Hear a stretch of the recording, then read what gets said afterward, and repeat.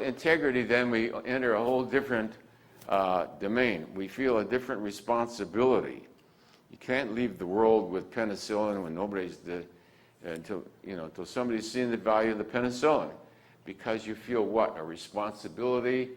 Something you want to share. So, out of love, then one does many things out of love. So you can do things out of love that you cannot do out of anything else. Out of love for one's fellow.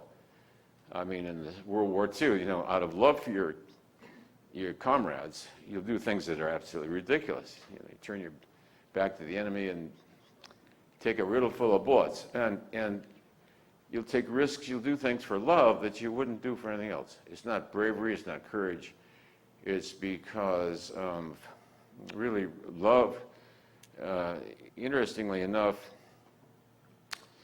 the love of men in the military for each other, or women now, calibrates at 510.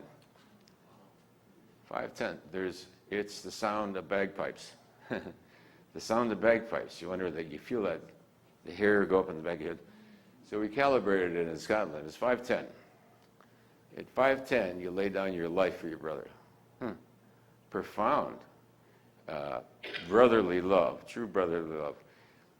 Loving the other person as yourself, really. So it's a very advanced. So that's one of the purposes served by the military, is you jump over 200 and will now do things out of integrity, love, and courage. So you see, everything serves something. Everything serves something. So you can't say, isn't that terrible? They're at war with each other. Where's this guy going to cross the line? He left the last time out of cowardice. This time he's going to come back. If I got to walk into the bullets, to hell with it. So you walk into the bullets, you literally walk into, and you got to literally walk into the bullets. And as you leave the body, you made it. You made it, and all your buddies are there too. Instant recognition. I remember doing that in the Crusades, And I told you about that guy. Boy, I really put it through him. And he put it through me. And we looked at each other and like, I did it for Jesus, he did it for Allah. Man, we both broke into hysterical laughter. All right, so you go up. I did it for Jesus too. Yeah. And he did it for Allah too. I mean, he was very ferocious. I mean, he was a son of a gun. All right, so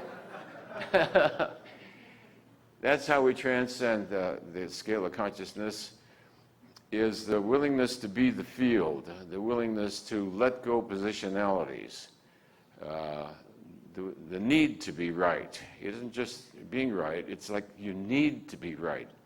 You see how that wantingness, it's like needing. I need to be right. I need to be respected. I need to make money. I need to be a success.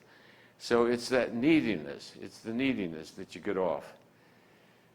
Instead, you become that which attracts those things. You become that which attracts those things. You build a better mousetrap and the world will come to your door. I guarantee it. I guarantee it. Guarantee it. You become trustworthy, pleasant, cheerful. And when they call the cleaning service, they say, I want so-and-so. She's terrific. She's terrific. We had a couple recently that I thought were just great, and we wanted them. So you become that which would attract, that which you wish to be, and then automatically discover that you already are it. You don't have to seek it. You already are that.